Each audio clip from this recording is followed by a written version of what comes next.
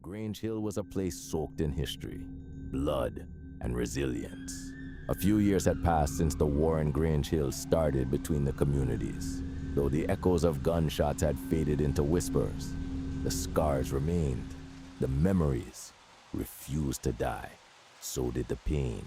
In Church Lincoln, a community known for its quiet strength and quiet violence, a youth named JJ moved differently, born and bred in the silent tension of turf alliances and generational curses. JJ never got to live a normal life. He was 17, sharp-minded, cold-eyed, not because he wanted to be, but because the world around him demanded it. JJ was Bob's cousin. They didn't grow up together, but blood was blood. Church Lincoln and Sterling stood side by side when the war broke out years ago. Back then, Bob was soft-spoken and humble, always on another hustle, dreaming of greater things. That changed the day his grandfather died, and his friend got caught up in this stupid war. Bob didn't cry. Something in him just broke. The streets knew him as a man of few words, and no mercy now. Ruthless, calculated, feared. That boy who loved people, music, and just having fun was long gone. JJ looked up to him in a way he'd never admit out loud. He studied how Bob moved, how he carried pain like a badge, how silence followed him into every room, like death itself.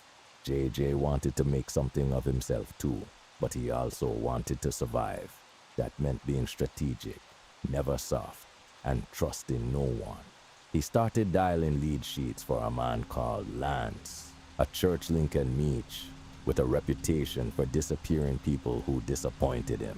JJ wasn't about to be one of them. Every move he made was with purpose, but purpose ain't peace.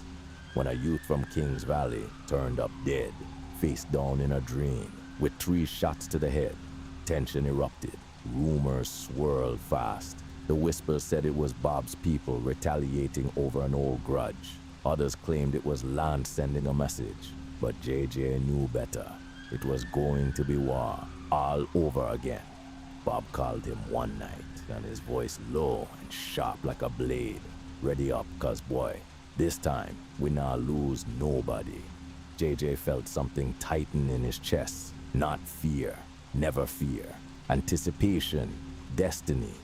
This wasn't just about the streets anymore. It was legacy. To be continued. Real Yaad Stories. Written by Norris Vongola.